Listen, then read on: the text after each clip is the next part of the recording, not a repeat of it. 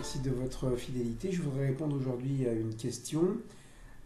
Pourquoi le judaïsme libéral s'est développé en milieu ashkénaze, c'est-à-dire en Europe, et non pas en milieu séfarade, c'est-à-dire notamment dans le Maghreb? Pourquoi dans le Maghreb, en Tunisie, en Algérie, au Maroc, il n'y a pas eu de mouvance libérale comme il y a eu dans le monde ashkénaze?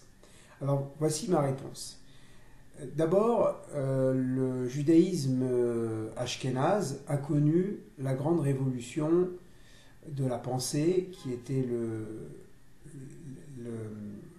le siècle des Lumières, et ce siècle des Lumières qui a permis la révolution française et pour la communauté juive l'émancipation des juifs de France, puisque avant la communauté juive était considérée comme étrangère. Donc les juifs n'étaient pas citoyens, ils étaient protégés par le roi ou par le pape, mais ils n'étaient pas citoyens français. Et ce qu'a accordé aux juifs la Révolution française, c'est la citoyenneté. Et à ce moment-là, on a parlé d'Israélites français, ou plus exactement des Français de confession israélite ou des Français de confession mosaïque, c'est-à-dire de la religion de Moïse. Et avec Napoléon Bonaparte en 1808, où il y a la création du consistoire qui a structuré le judaïsme français. Mais par-delà la France, c'est toute l'Europe qui a été touchée. Et parallèlement à ce mouvement donc, de libération, s'est développé ce qu'on appelle la Haskalah. La Haskalah, c'est vers le mouvement des Lumières, mais interne à la communauté juive, bien sûr, qui prenait modèle sur les Lumières, c'est-à-dire les grands penseurs des Lumières, Kant, Rousseau, et tous ces grands penseurs, Montesquieu, etc. Alors du fait qu'il y a eu cette Haskalah, c'est-à-dire cette pensée émancipatrice aussi, où on a repensé le rituel, l'identité d'Israël au sein des nations, eh bien il y a eu une réaction de modernisation ou d'adaptation, surtout sur le plan du rituel, de la tradition d'Israël, qui était en fait la tradition de Babylone, à travers le Talmud et les enseignements des rabbins d'une génération à l'autre. Et il y a eu donc cette réforme qui s'est manifestée par rapport à un judaïsme qui était assez fermé, assez rigoriste, surtout en Europe de l'Est. Et donc il y a eu cette tension entre le judaïsme conservateur, voire orthodoxe, et le judaïsme libéral qui est né, qui s'est développé. Et donc aujourd'hui, voilà, ça fait presque 3 siècles qu'existent ces mouvances, avec différentes variations, bien sûr, le mouvement libéral ou réforme, les massortis, modernes orthodoxes, etc.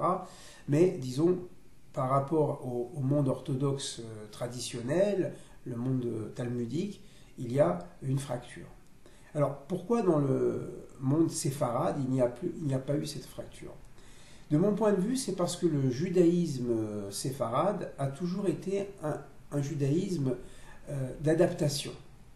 Bien qu'il y ait eu des maîtres et même des yeshivot qui défendaient bec et ongle, si on peut dire, la tradition pure et dure, la halakha, à entendre les témoignages des différents membres de la communauté séfarade qui sont venus ensuite en France ou en Israël et qui ont témoigné, ils ont toujours témoigné de rabbins qui étaient assez ouverts, qui n'avaient pas des exigences religieuses qu'ils imposaient. On entend par exemple que certains rabbins allaient manger chez les fidèles, on n'exigeait pas d'avoir le certificat de cacheroute, on ne demandait pas à ce que la vaisselle soit trempée au mikvé, au bain rituel.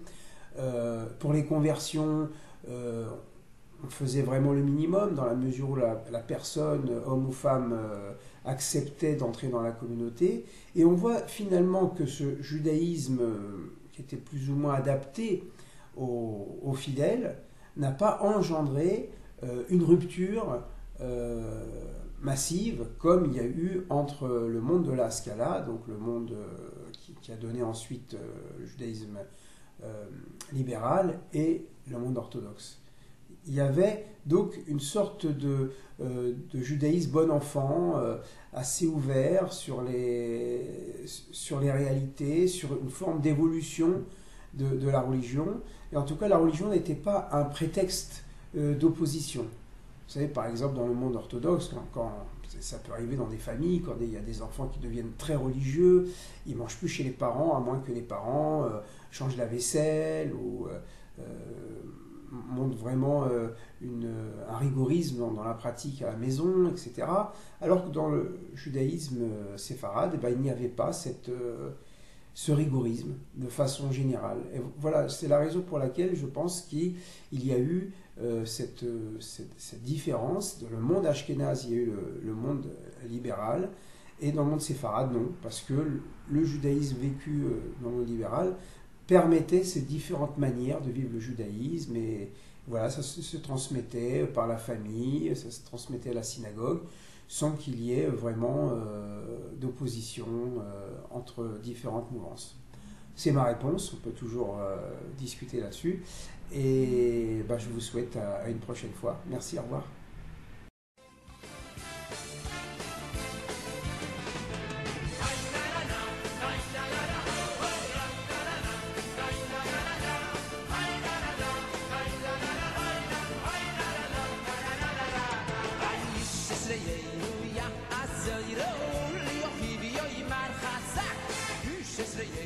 Yeah.